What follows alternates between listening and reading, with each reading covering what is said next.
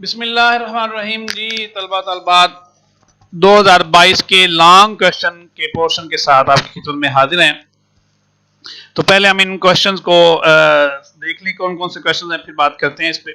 तो पहला सवाल है जी, what is LM curve. LM curve क्या होता है? Derive LM curve and discuss factors affecting the position and slope of the LM curve. LM curve की स्लोप और पोजीशनिंग को इफेक्ट करने वाले फैक्टर जो है वो डिटरमिन करें। और discuss instrument of credit control and the role of central bank. Credit control के इंस्ट्रूमेंट कौन? क्रेडिट कंट्रोल मतलब मॉनेटरी पॉलिसी के, यानी जो कर्जे को कंट्रोल करने के लिए। तो कर्जे को कंट्रोल करने के लिए मॉनेटरी पॉलिसी यूज होती है। तो जब भी क्रेडिट कंट्रोल का मतलब आएगा, इसका मतलब मॉनेटरी पॉलिसी इंस्ट्रूमेंट्स और टूल्स कौन कौन से हैं, ये याद रखना है। और सेंट्रल बैंक का क्या रोल होता है इकोनॉमी में, ये बेसिकली सेकंड ईयर का सवाल है। सेकंड ईयर में भी ये सवाल बड़ा आता है कि मर्कजी बैंक का रोल क्या है और मॉनेटरी पॉलिसी के तरीके कौन कौन से। ये बड़ा सिंपल और आसान सवाल है, इसको हम देखेंगे। और तीसरा सवाल वही आ गया, discuss remedial measures to combat inflation and unemployment. Unemployment और इन्फ्लेशन को कॉम्बैट करने के लिए, रोकने के लिए कौन कौन से मेजर्स लिए जाते हैं। तो ये हम डिटेल से 2023 के पेपर में इसको चेक कर चुके हैं कि इसके काजेस क्या हैं और इसके रिमीडियल्स क्या है, कि क्यों आता है और क्यों इसको कम्बैट कैसे किया जा सकता है। तो ये क्वेश्चन तो आप वहीं से कर लेंगे। तो इन दोनों क्वेश्चन को हम लोग इसमें डिस्कस करते हैं, लेकिन पहले हम डिस्कस करते हैं instrument of credit control and role of central bank, यानी मॉनेटरी पॉलिसी के टूल्स क्या है और उसको सेंट्रल बैंक क्या रोल अदा करता है। तो मॉनेटरी पॉलिसी के लिए आपको पता है, मॉनेटरी पॉलिसी या क्रेडिट कंट्रोल का मतलब होता है कि आपने कर्जों को कंट्रोल करना है या बढ़ाना है या कम करना है। ये आपने कैसे करना है, यानी आप लोगों को बता तो नहीं सकते, जाके कह तो नहीं सकते कि भाई कर्जे लो, उसको धक्के से नहीं दे सकते या लोगों को जबरदस्ती रोक नहीं सकते कर्जे देने से। तो कुछ इंस्ट्रूमेंट्स हैं, कुछ टूल्स हैं, कुछ हथियार हैं, कुछ औजार हैं जिनकी मदद से आप लोगों को मूव कर सकते हैं, उनको इनकरेज कर सकते हैं या डिस्करेज कर सकते हैं कर्जों को लेने से। तो वो कौन कौन से हैं, वो हम इसमें दो किस्म के होते हैं, एक हम कहते हैं क्वांटिटेटिव और एक हम कहते हैं क्वालिटेटिव। तो दोनों का हम डिस्कस करेंगे। तो सबसे पहले what is credit control. Credit control refers to the tools and methods used by central bank to regulate the flow of credit, loans and money supply. Money supply को कंट्रोल करने के लिए जो तरीके इस्तेमाल किए जाते हैं उसको हम क्रेडिट कंट्रोल कहते हैं। गोल्स, इसका मकसद क्या होता है? इंश्योर प्राइस स्टेबिलिटी, की कीमतें स्टेबल रहें, ना ज्यादा बढ़े ना ज्यादा कम हो। इन्फ्लेशन को कंट्रोल करना है। इनकरेज ग्रोथ बढ़े, इकोनॉमी में ग्रोथ बढ़े, लोग काम करें, लोगों के पास पैसा आए। एंड मेंटेन फाइनेंशियल स्टेबिलिटी, और फाइनेंशियल स्टेबिलिटी ये इसके गोल्स है। ये है जी क्वांटिटेटिव इंस्ट्रूमेंट्स। दो तीन चीजें हैं। नंबर एक, बैंक रेट पॉलिसी, सबसे टॉप पे बैंक रेट। बैंक रेट याद रखिएगा, सेंट्रल बैंक बैंक रेट से मुराद ऐसा इंटरेस्ट रेट लेता है जिससे वो अपने मातहत बैंकों को, यानी अपने कमर्शियल बैंकों को कर्जे देता है। उसको हम कहते हैं बैंक रेट पॉलिसी। जैसे जैसे स्टेट बैंक हर 2 माह बाद इंटरेस्ट रेट पॉलिसी जो ना वो इंटरेस्ट रेट जारी करता है। जैसे इस वक्त आजकल 2025 16 जून को ये इस वक्त इंटरेस्ट रेट 11% है पाकिस्तान में। इस तरह हर मुल्क में अलग अलग इंटरेस्ट रेट होता है। तो वो देखता है कि इन्फ्लेशन का क्या सूरत है, इन्फ्लेशन कितनी बढ़ रही है, कम हो रही है, उसके के लिहाज से पॉलिसी रेट को वो कम या ज्यादा करता है। तो बैंक रेट बेसिकली, जब बैंक रेट कम होगा तो इंटरेस्ट रेट कम होगा, तो बैंक भी इंटरेस्ट रेट कम चार्ज करेंगे। तो इससे रिजल्ट क्या आएगा कि लोगों में इनकरेज होगा, इंकरेजमेंट आएगी कि वो ज्यादा से ज्यादा कर्जे लें। और अगर कभी बैंक रेट ज्यादा होगा, सेंट्रल बैंक ये समझता है कि इन्फ्लेशन आ गया, महंगाई आ गई है, तो मुझे इसको कंट्रोल करना चाहिए कर्जों को, तो वो क्या करेगा, वो बैंक रेट को बढ़ा देगा। जब वो बैंक रेट को बढ़ा देगा तो लोगों को कर्जे महंगे मिलेंगे। जब लोगों को कर्जे महंगे मिलेंगे तो लोग कर्जा लेना छोड़ देंगे, जिससे एग्रीगेट डिमांड में कमी आएगी और इन्फ्लेशन कम होना शुरू हो जाएगा। तो bank rate policy basically interest rate है। Interest rate at which central bank lends to commercial banks. तो वो है इंटरेस्ट रेट, वो है बैंक रेट है जिसपे सेंट्रल बैंक जो है ना वो अपने बैंकों के साथ, कमर्शियल बैंकों के साथ जो लेन देन करता है, वो जो होती है इंटरेस्ट रेट, उसको हम कहते हैं ये बैंक रेट है। यानी स्टेट बैंक ने एचबीएल को जो कर्जा देना है उस पर स्टेट बैंक जो इंटरेस्ट चार्ज करेगा वो बैंक रेट होगा, और एचबीएल जो आगे लोगों के साथ करेगा वो बैंक रेट नहीं होता, वो इंटरेस्ट रेट होता है। वो आम इंटरेस्ट रेट हम उसको कहते हैं। लेकिन बैंक जो सेंट्रल बैंक जो कमर्शियल बैंक के साथ ट्रांजैक्शन करता है, जो कर्जे की लेन देन करता है, उस पर जो इंटरेस्ट चार्ज करता है, उसको हम क्या कहते हैं, बैंक रेट पॉलिसी। तो इफेक्ट ये है कि बैंक रेट बढ़ेगा तो क्रेडिट कम हो जाएगा, तो क्रेडिट कम होगा, अवेलेबिलिटी कम होगी तो इन्फ्लेशन भी कम हो जाएगा, और इसका वाइस वर्सा भी उल्टा है। Open market operations, open market operation का मतलब क्या है कि बैंक जो है ना वो गवर्नमेंट की सिक्योरिटीज को सेल आउट करना, बॉन्ड्स को, सिक्योरिटीज को और डिबेंचर्स वगैरह को, इनको सेल आउट करना या इसको परचेज आउट करना शुरू कर देते हैं। इसका मतलब है कि जब सेंट्रल बैंक गवर्नमेंट सिक्योरिटी खरीदना शुरू कर देगा, लोगों से, बैंकों से सिक्योरिटीज को वापस खरीदना शुरू कर देगा, तो सिक्योरिटीज चले जाएंगी बैंक के पास और पैसा चले जाएगा लोगों के पास। लोगों के पास पैसा आ जाएगा तो बैंकों के पास पैसा होगा तो ज्यादा क्रेडिट जो ना वो देना शुरू कर देंगे, ज्यादा कर्जा देना शुरू कर देंगे। इससे क्रेडिट अवेलेबिलिटी बढ़नी शुरू हो जाएगी। जब क्रेडिट अवेलेबिलिटी बढ़नी शुरू हो जाएगी तो फिर जो है ना वो डिफ्लेशन खत्म हो जाएगी और इन्फ्लेशन की तरफ हम चल पड़ेंगे। लेकिन अगर बैंक ये समझता है कि इन्फ्लेशन बड़ा हो गया है, महंगाई बड़ी होगी, तो वो क्या करता है, वो सिक्योरिटीज बेचना शुरू कर देता है। जब सिक्योरिटीज बेचेगा तो बैंकों के पास सिक्योरिटीज आ जाएगी और बैंकों से जितना पैसा है वो सारा सेंट्रल बैंक के पास इकट्ठा होना शुरू हो जाएगा। जब सेंट्रल बैंक के पास पैसा इकट्ठा होना शुरू हो जाएगा तो बैंकों के पास अवेलेबिलिटी खत्म हो जाएगी लोगों को कर्जा देने की। जब बैंक के पास पैसा नहीं है तो लोगों को कर्जा नहीं देगा, जब कर्जा नहीं देगा तो फिर एग्रीगेट डिमांड कम होगी, एग्रीगेट डिमांड कम होगी तो इन्फ्लेशन में भी कंट्रोल आएगा। तो इसको हम कहते हैं open market operation. Buying selling of government securities in the market, it is called open market operation. तो इससे फर्क क्या पड़ता है कि बाइंग करेंगे तो पैसा इंजेक्ट होगा, जैसे मैंने बताया कि सिक्योरिटीज जब गवर्नमेंट के पास आएंगे तो पैसा बैंकों के पास जाएगा, बैंकों से अवाम के पास जाएगा। और अगर सिक्योरिटीज सेल करेगा तो सेल करने से सिक्योरिटीज बैंकों के पास चले जाएंगे और पैसा वापस सेंट्रल बैंक के पास आना शुरू हो जाएगा। तो इससे ये लीकेज होगी, विड्रॉ मनी।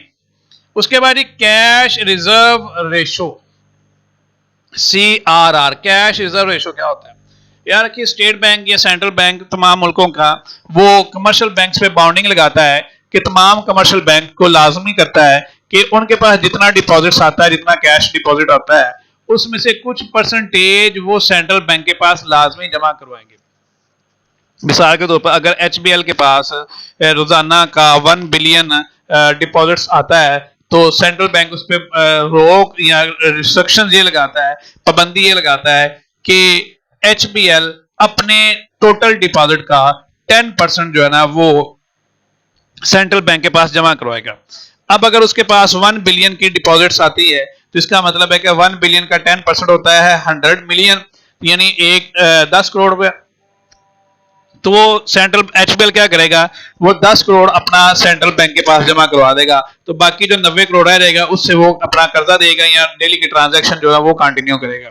अगर बैंक ये समझता है कि जो कमर्शियल बैंक है ये बहुत ज्यादा कर्जा जारी कर रहे हैं तो वो क्या करेगा, वो ये करेगा, वो अपनी कैश रिजर्व रेशो जो ना बढ़ा देगा। वो कह देगा कि पहले आप 10% जमा करवा रहे थे, अब मुझे आपने 30% जमा करवानी है। तो पहले वो 10 करोड़ जमा करवा रहा था, अब वो 30 करोड़ जमा करवाएगा। तो बैंक के पास जो कर्जा देने की सलाहियत है, जो ताकत है, वो कम हो के 90 करोड़ से कम होकर 70 करोड़ आएगी, तो कर्जा कम जारी होगा। तो इसके उलट भी बैंक कर सकता है। बैंक क्या करता है, समझता है कि मैंने कर्जे ज्यादा जारी करने हैं तो रिजर्व रेशो को कम कर देगा, वो 10 से अपनी 5% पे कर देगा। तो बैंक HBL के पास ज्यादा रिजर्व आ जाएंगे, ज्यादा कैश आ जाएगा कि वो पहले 90 करोड़ था उसके पास अब 95 करोड़ हो जाएगा। तो इस तरीके से हम इसको क्या कहते हैं, cash reserve ratio.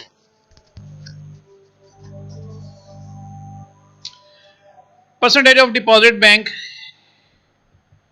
Must keep with central bank. तो CRR अगर बढ़ेगी तो लेस फंड्स फॉर लैंडिंग और लेस क्रेडिट होगा, यानी CRR रेशो बढ़ती जाएगी तो फंडिंग के लिए पैसे कम रहेंगे।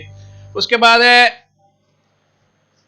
स्टैट्यूटरी लिक्विडिटी रेशो, SLR करेंगे। तो अब पहले 80 करोड़ का मार्जिन था कर्जा देने के लिए, अब 50 करोड़ का मार्जिन रह गया। तो ऐसी सूरत में कर्जा कम दिया जाएगा। और अगर इसके उलट हो जाए, यानी इन्फ्लेशन हो रहा हो तो इसको कम करना हो तो बैंक क्या करता है, बैंक इसको बढ़ा देता है। और अगर इसको कम करना हो तो बैंक कहता है जी पहले आप 20 करोड़ का गोल्ड रख रहे थे, अब आप 10 करोड़ का गोल्ड रख ले। तो इससे क्या होगा, इससे आपके कर्जे की जो कर्जा लेने और देने की जो सलाहियत है वो कम या ज्यादा हो सकती है। तो percentage of net demand time liabilities banks must keep up in gold and securities, यानी SLR ज्यादा होगी तो लैंडिंग कैपेसिटी ऑफ बैंक की कम हो जाएगी। लैंडिंग कैपेसिटी कम होगी तो इन्फ्लेशन भी कम होना शुरू हो जाएगा। दूसरा है जी क्वालिटेटिव इंस्ट्रूमेंट, सिलेक्टिव कंट्रोल जो है, दीज टारगेट स्पेसिफिक सेक्टर और यूज ऑफ क्रेडिट। अच्छा, इसमें जो क्वालिटेटिव है इसमें सबसे पहले जी मार्जिन रिक्वायरमेंट। मार्जिन रिक्वायरमेंट क्या होता है, यार कि जब भी हम बैंक से कर्जा लेते हैं तो हमें बैंक से कर्जा लेते लेते वक्त कुछ कोलेटरल रखना पड़ता है, यानी कुछ जमानत के तौर पे उनके पास रखवाना पड़ता है। कोई गोल्ड हो जाए, गाड़ी हो जाए, या कोई जमीन हो जाए, या प्लाट हो जाए, दुकान हो जाए, तो उसकी मालियत के मुताबिक हमें कुछ कोलेटरल वहां पर रखवाना पड़ता है ताकि बैंक को श्योरिटी हो कि ये कर्जा वापस होगा। कुछ लोगों की जॉब भी कोलेटरल होती है कि वो जॉब होल्डर होते हैं, सरकारी नौकरी होती है, उनके पास अकाउंट्स बैंक के पास चल रहा था, तो बैंक को बड़ी श्योरिटी होती है कि यहाँ से हमें पैसे मिल जाएंगे, तो कोलेटरल लाजमी तौर पे हमको रखवाना पड़ता है। अब हर कोलेटरल की कुछ ना कुछ प्राइस होती है, कुछ वैल्यू होती है, और उसको उसके अगेंस्ट उतना ही कर्जा मिल सकता है। मिसाल के तौर पर अगर आपका प्लाट 10 लाख का है तो आपको उस 10 लाख के अगेंस्ट 7 लाख का कर्जा मिल सकता है या 5 लाख का कर्जा मिल सकता है। तो अगर सेंट्रल बैंक क्या करे, इस कोलेटरल को बढ़ा दे या कम कर दे, तो आपका क्रेडिट जो है ना, आपका कर्जे देने की सलाहियत जो है ना, वो कम या ज्यादा हो सकती है। हम फर्ज करते हैं बैंक, सेंट्रल बैंक क्या कहता है कि आज जिस बंदे ने भी 1 करोड़ का कर्जा जारी करना है, उसके लिए जरूरी है कि उसके पास जो कलेक्टर है वो 2 करोड़ का, ये डबल हो, 100% उसके डबल उसके पास हो, इंटू 100% उसका कोलेटरल हो। तो उससे जारी बात है, हर बंदे के पास 2 करोड़ का प्लॉट नहीं होगा, 2 करोड़ की प्रॉपर्टी नहीं होगी, या हर बंदा डबल मालियत की प्रॉपर्टी प्लेज नहीं करवाएगा, तो उससे क्या होगा, कर्जा कम जारी होगा। और अगर बैंक इसको कम कर देता है, कहता है जी आप 100% पे भी ले रहे कर्जा, क्या 100% पे कर लें, तो कर्जा जाहिर है वो ज्यादा जारी होना शुरू हो जाएगा। तो इसको हम क्या कहते हैं, मार्जिन रिक्वायरमेंट। कहता है set up percentage of loan versus value of collateral, यानी जमानत के तौर पे जो रखते हैं, तो use to reduce speculative trading in stock market. Moral suasion, persuading banks to follow central bank guideline, उसको करता है, गाइडलाइन जारी करता है, ये उसको कोई कंट्रोल तो नहीं लगाता, लेकिन वैसे उसको लेटर जारी करता है कि आप लग्जरी पे या स्पेकुलेटिव सेक्टर पे, स्टॉक मार्केट के लिए, इस तरह के वैल्यूज के लिए, सेक्टर के लिए कर्जा कम जारी करें, आप कम गाड़ियों के लिए कर्जा कम जारी करें, और इससे कि जो भी लग्जरी आइटम्स हैं जिनके लिए लोग कर्जा ले रहे हैं, तो उसके लिए कर्जा कम जारी करें। तो ये गाइडलाइन या नोटिफिकेशन दे सकता है उनको। उसके बाद है क्रेडिट राशनिंग। अगर इन सब के बावजूद भी अगर क्रेडिट कंट्रोल ना हो रहा हो, तो बैंक क्या कर सकता है, सेंट्रल बैंक क्रेडिट राशनिंग कर सकता है, यानी वो उनको बैंकों को कह सकता है कि आपने जो मंथली या एनुअली कर्जा जारी करना है, वो इस एक खास हद से ज्यादा जारी आप नहीं कर सकते। मिसाल के तौर पे सेंट्रल बैंक, स्टेट बैंक, सारे बैंकों को ये कह देता है कि आप पूरे साल में 10 बिलियन रुपीस यानी 10 अरब रुपए से ज्यादा कर्जा जारी नहीं कर सकते। तो इसलिए फिर बैंकों को लिमिट हो जाएगी कि वो उस 10 बिलियन के अंदर अंदर ही ज्यादा से ज्यादा लोगों को भुगताएं, ज्यादा से ज्यादा लोगों को वो कर्जा जारी करे, तो वो कर्जे की लिमिट जो है वो कम से कम होनी शुरू हो जाएगी। Credit setting credit limit for sectors, और बैंक सेक्टर के लिए जैसे लिमिटिंग हाउसिंग लोन को लिमिट कर लें। During over heating in real estate, जब रियल स्टेट में बहुत ज्यादा ओवर हीट हो रही हो, वो कहेगा जी घरों के लिए कर्जा कम जारी करे, तो ये राशनिंग हो रही है। गाड़ियों की प्राइसेस बहुत ज्यादा बढ़ रही हो, तो गाड़ियों के लिए कर्जा जो ना वो कम जारी करवाना शुरू कर दे, तो इसको हम क्या कहते हैं, क्रेडिट राशनिंग। और डायरेक्ट एक्शन एंड पे आ जाता है जी। डायरेक्ट एक्शन, अगर ऐसा ना हो, बैंक किसी भी तरीके से अपना कर्जे कम जारी ना करे, तो डायरेक्ट एक्शन क्या होता है कि बैंक उनके लाइसेंस जारी कैंसिल कर सकता है, लाइसेंस कैंसिल कर सकता है, उनको काम करने से रोक सकता है, उनको कर्जा देने से इनकार कर सकता है, तो इसको हम कहते हैं ये डायरेक्ट एक्शन है। पेनिटिव, जिससे पेनल्टी चले, action against banks violating policies को वायलेट करते हुए, तो पेनल्टीज पर डाल सकता है, रिस्ट्रिक्शन लगा सकता है, या उनके जो लाइसेंस है वो कैंसिल कर सकता है। तो ये सारे इंस्ट्रूमेंट थे क्रेडिट कंट्रोल के। इसको आप हेडिंग बाय हेडिंग इसको लिख लें, तो ये आपका अच्छा खासा क्वेश्चन जो ना वो बन जाएगा। अब आते हैं कि सेंट्रल बैंक का क्या किरदार होता है किसी इकोनॉमी में। The central bank, like the State Bank of Pakistan, Federal Reserve और RBI, Reserve Bank of India, control credits. क्यों कंट्रोल करते हैं क्रेडिट को? ये इसका सबसे अहम किरदार होता है जी, regulate the inflation and deflation. Inflation और डिफ्लेशन को कंट्रोल करते हैं कि अगर इन्फ्लेशन बहुत ज्यादा बढ़ गई है तो उसको कंट्रोल किया जाए, अगर प्राइसेस कम हो रही हैं तो मॉनेटरी पॉलिसी एक्सपेंशन करते हैं ताकि प्राइसेस थोड़ी सी बढ़नी शुरू हो जाए। दूसरा है जी, ensure liquidity in the economy. Economy में लिक्विडिटी का मतलब है कैश। ये इंश्योर करें कि इकोनॉमी में कैश मौजूद रहे, इतना कम ना हो जाए उसकी वैल्यू बहुत ज्यादा बढ़ जाए, और इतना ज्यादा ना हो जाए कि उसकी वैल्यू बहुत ज्यादा कम हो जाए। उसका एक बैलेंस, एक पोर्शन जो है ना वो लाजमी वो अपने इकोनॉमी में इंश्योर करते हैं। तो ensure liquidity. Stabilize currency. Currency को स्टेबलाइज करना, यानी करेंसी की वैल्यू बहुत ज्यादा डाउन ना हो और बहुत ज्यादा अप ना हो, तो एक लिमिट में रहे, स्टेबलाइज रहे और एवर चेंजिंग ना हो, वोलेटाइल ना हो। जैसे बिटकॉइन की या क्रिप्टो करेंसी की वैल्यू आपको पता है बहुत ज्यादा वोलेटाइल है, कभी कहीं पहुंच जाती है, कभी कहीं गिर जाती है, तो ऐसी सूरत ना हो, इसलिए इसको स्टेबलाइजिंग जो है ना वो करेंसी के लिए आपको क्रेडिट कंट्रोल करना जरूरी होता है। उसके बाद है जी promote economic growth. Economic growth को प्रमोट करें, जब आपके इन्फ्लेशन कंट्रोल रहेगा तो इकोनॉमिक ग्रोथ भी हो जाएगी। कंट्रोल स्पेकुलेटिव लैंडिंग, सिट्टाबाजी के लिए लैंडिंग ना हो, तो जुए के लिए, सिट्टाबाजी के लिए लैंडिंग ना हो, लोग सिर्फ अपने प्राइसेस पे नजर रख के उसको बढ़ाने के लिए लोन्स ना लें, बल्कि रियल सेक्टर में इन्वेस्ट करने के लिए ग्रोथ लें। तो ये बहरहाल सेंट्रल बैंक का रोल है। इसके अलावा जो इकोनॉमी में जो रोल है सेंट्रल बैंक का, उसके लिए मैं आपको रिकमेंड करूंगा, यहाँ पे उसका टाइम नहीं है, लंबा छोड़ा वो वीडियो बहुत लंबी हो जाएगी, इसलिए मैं रिकमेंड करूंगा कि सेकंड ईयर की बुक, पार्ट 2 की बुक कोई ले लें, आईकाम की ले लें फर्स्ट ईयर की, और इंटर की ले लें सेकंड ईयर की, तो उसमें आपको role of central bank detail से मिल जाएगा, वहां से आप इसको देख सकते हैं। तो ये था तीसरा सवाल। अब हम आते हैं एल एम कर्व वाले सवाल पर। तो एल एम कर्व के लिए हमें जाना पड़ेगा अपने व्हाइट बोर्ड पे, तो हम व्हाइट बोर्ड पे चलते हैं। L M curve, it is a curve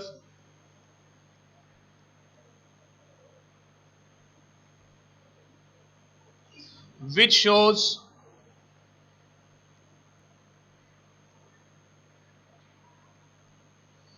different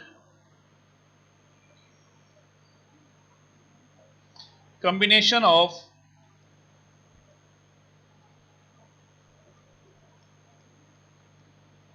interest rate and national income where money demand is equal to money supply। तो जो आई एस कर्व था वो था हमारे पास गुड्स मार्केट का इक्विलिब्रियम, और एल एम कर्व है हमारे पास मनी मार्केट का इक्विलिब्रियम। एल एम कर्व किसका इक्विलिब्रियम है? मनी मार्केट का।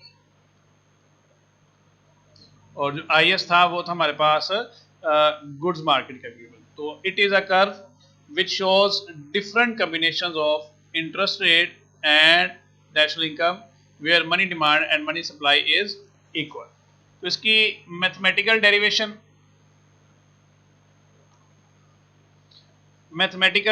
देख लें जिसकी।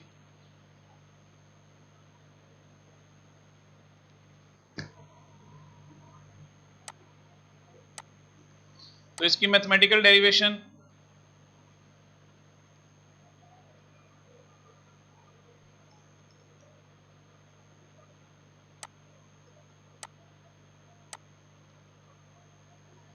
M D is equal M T D, ये आपको पता ही है कि मनी डिमांड किसकी इक्वल है? M S T. तो एम टी डी इक्वल होता है के वाई के, और ये होता है माइनस एम आई के, बन गया आपके पास मनी डिमांड। तो मनी सप्लाई आपको पता है ये फिक्स होती है, M S is equal M bar M naught. तो at equilibrium money demand is equal money supply, money demand हुई K Y minus M I, और money supply I M naught के। अब आप ये z नहीं है, ये इक्वल है K Y is equal M naught plus M I, और के उधर जाके डिवाइड हो जाएगा तो बाहर आ जाएगा आपके पास M naught divided by K plus small M over K I. तो ये आ गया जी आपके पास L M equation. L M equation में ये हिस्सा इंटरसेप्ट है, ये हिस्सा क्या है जी? इंटरसेप्ट। ये इसकी पोजीशन को जाहिर करेगा एल एम कर्व की, और ये हिस्सा है जी इसका स्लोप, ये इसका हिस्सा इसका स्लोप होता जाएगा। तो चले हम इसको अब इसका ग्राफ बना लेते हैं। उसी के से 4 ग्राफ बनाएंगे हम लोग।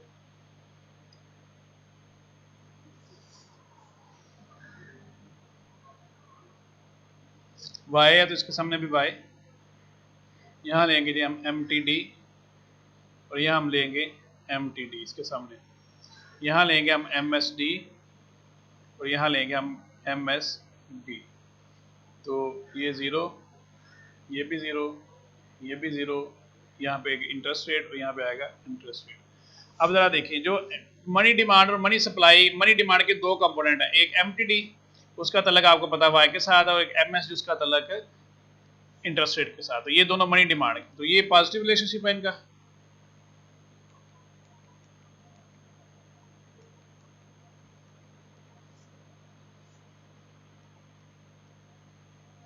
इनका रिलेशनशिप है पॉजिटिव और इसका रिलेशनशिप आपको पता है नेगेटिव है। और ये मनी सप्लाई है बेसिकली, और आपको पता है मनी सप्लाई मनी डिमांड की इक्वल रहेगी। और जो मनी डिमांड है वो दो हिस्सों में डिवाइड होगी, एम टी डी में या एम एस डी में। तो ये हम इसको ये इक्वलाइज हो जाता है ये दोनों में, यानी अगर वो जितनी भी मनी डिमांड है दो हिस्सों में डिवाइड होगी, एम एस डी में और एम टी डी में। अगर एम टी डी के लिए डिमांड बढ़ेगी तो एम एस डी के लिए कम हो जाएगी, और अगर एम एस डी के लिए डिमांड बढ़ेगी तो एम टी डी के लिए भी कम हो जाएगी। तो यहाँ पे ये सीन आएगा। अब यहाँ पे हम लोग इनिशियल इंटरेस्ट रेट ले लेते हैं। ये हमारे पास इनिशियल इंटरेस्ट रेट I1, तो I1 पे आपके पास जो MSD है वो है MSD1, इंटरेस्ट रेट ये रह गया। अब इस स्पेकुलेटिव डिमांड फॉर मनी पे जो आपकी ट्रांजैक्टिव डिमांड फॉर मनी है वो है आपके पास MTD1, इसको लाएं इधर। तो ये पॉइंट आपके पास आ गया पॉइंट ए,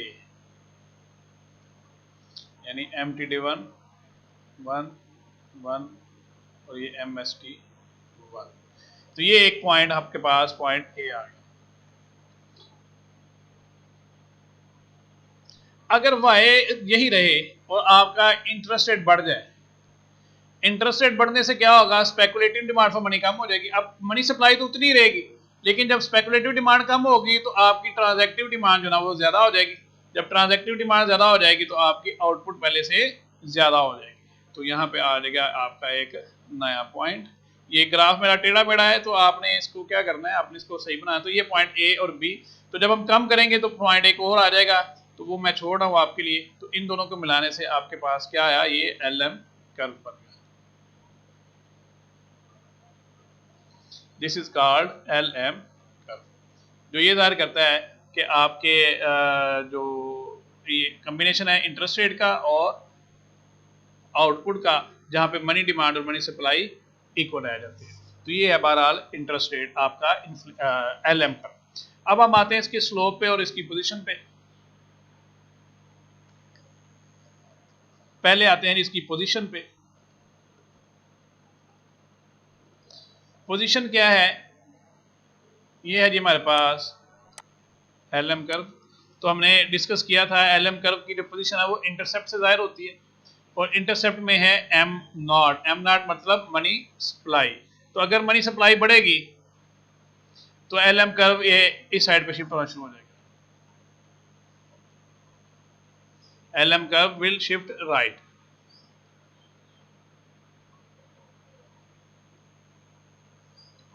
और अगर मनी डिमांड कम होगी, मनी सप्लाई कम होगी, तो LM curve will shift left, LM will shift left. तो ये है LM की पोजीशन। अब हम आते हैं इसके स्लोप पर।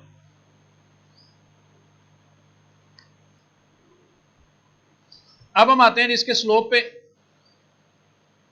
तो स्लोप का इफेक्ट करने वाला है M। M क्या है, ये सेंसिटिविटी है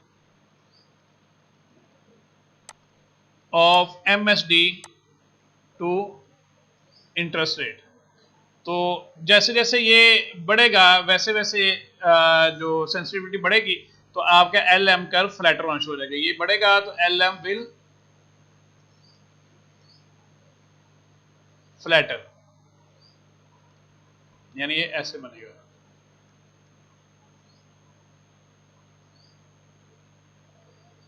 ये ऐसा होता जाएगा और ये होते होते हो सकता है ये आपका सीधा हो जाए, हॉरिजॉन्टल हो जाए।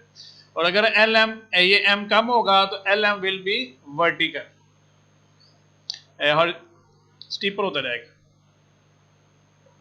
L M will be steeper, ये ऐसा कर्व बनता रहेगा, ये ऐसा है तो ये ऐसे होता जाएगा और होते होते हो सकता है ये वर्टिकल ही हो जाए। तो ये इसका स्लोप। तो ये था बहरहाल आज का एल एम कर्व हमने शिफ्ट डिस्कस कर लिया, IS हमने पहले शिफ्ट डिस्कस कर लिया हुआ है। ये एल एम कर्व था। तो ये 2022 का पेपर जो ना ये सॉल्व हो गया है। उम्मीद है आपको पसंद आएगा, अपनी राय जरूर दें और अगर आपको पसंद आया तो इसको दोस्तों के साथ शेयर करें जिनका पेपर है और उनको इस चैनल के बारे में बताएं और इसको सब्सक्राइब करें। अगली वीडियो तक के लिए इजाज़त दें। अल्लाह हाफिज़। अस्सलाम वालेकुम।